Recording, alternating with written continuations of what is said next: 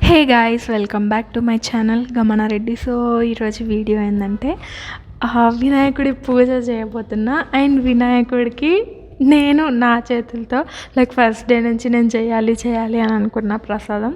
But ఫైనల్గా last day రోజు కుదిరింది. నేను దోమకొండలో ఉండడం లాస్ట్ డే వినాయక నవరాత్రుల్లో.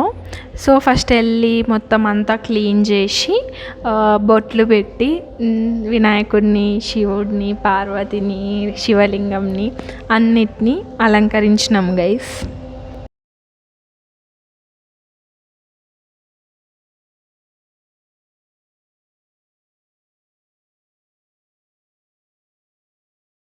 దేవుళ్ళని అలంకరించడం అయిపోయిన తర్వాత అక్కడ ఉన్న ప్రతి ఒక్కరికి పసుపు, కుంకుమ, గంధం అవన్నీ పెట్టిన.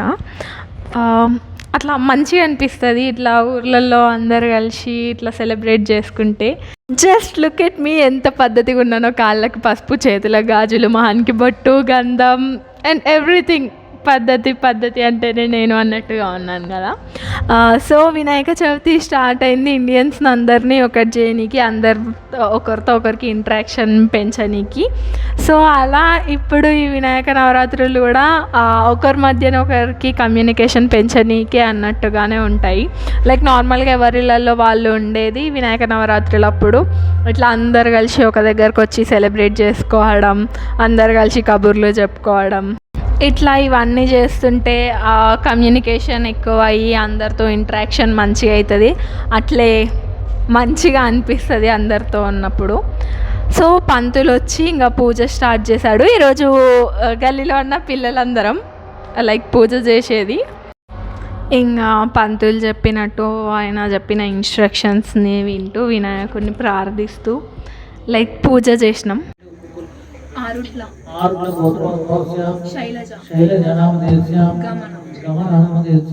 అయితే నేను ఈ నవరాత్రుల్లో ఉన్నన్ని రోజుల్లో గంధం నుంచి ఏ ఫింగర్తో పెట్టాలి అది నేర్చుకున్నాను. అండ్ ఇంకొకటి, పూజ చేసేటప్పుడు స్టార్టింగ్లో మనం అక్షింతలు అండ్ వాటర్ని వదిలేస్తాం.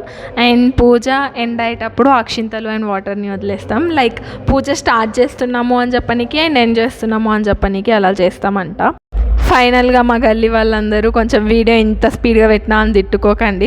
3 minutes ఈ షార్ట్ ఉంటుంది కాబట్టి 3 minutesలో ఎంత కవర్ అయితే అంత కవర్ చేయాలి అని అట్లా పెట్టినాను. మీరు ఏమనుకోరలేండి, నాకు తెలుసు మీరు మంచోళ్ళు. So that's it for today's video. Bye bye, take care.